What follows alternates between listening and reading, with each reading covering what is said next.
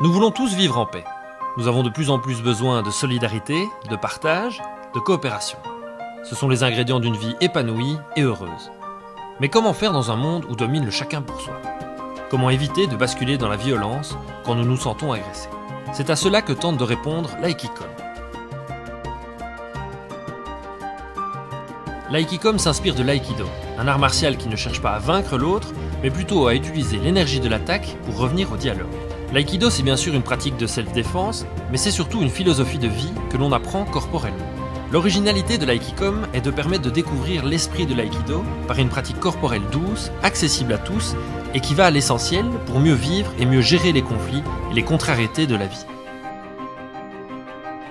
Avec l'Aikikom, nous pouvons oser la bienveillance, la gentillesse, la coopération sans paraître faible ni naïf, sans s'écraser ni écraser l'autre. Avec l'Aikikom, il est question d'être fort, mais il ne s'agit pas de force musculaire. Il s'agit de la force que l'on dégage lorsque nous sommes présents dans notre corps, ici et maintenant. Dans la pratique Aikikom, nous commençons par travailler notre verticalité et notre centrage pour ne pas agir impulsivement ou sous le coup de l'émotion. En alignant la tête, le cœur et le ventre, centre de notre corps, nous redevenons nous-mêmes pour agir au mieux.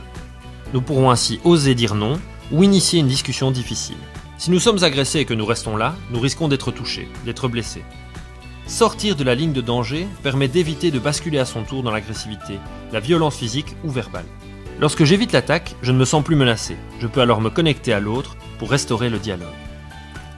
Le travail corporel de l'Aikikom nous fait découvrir comment nos résistances, nos tensions alimentent l'attaque et nous rendent vulnérables. Les exercices nous font vivre l'expérience de la fluidité, de l'écoute de l'autre, pour qu'émergent des solutions nouvelles. Ce que nous apprenons et comprenons avec la tête ne nous sert pas lorsque nous vivons des conflits intenses ou lorsque nous sommes envahis par nos émotions.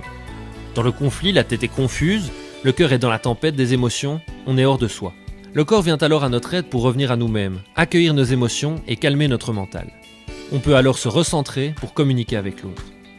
Découvrir comment vivre en paix et dans l'harmonie dans un monde qui ne fait pas toujours de cadeaux. Gérer les moments difficiles sans basculer dans l'attaque ou dans la fuite. Ce n'est que par le corps que nous pouvons espérer intégrer les principes d'une communication non violente, verbale et non verbale. La tête pense, le corps agit, le cœur vit. Ce n'est qu'en harmonisant ces trois dimensions de notre être que nous pouvons espérer vivre en accord avec nos valeurs de paix, de respect et de bienveillance.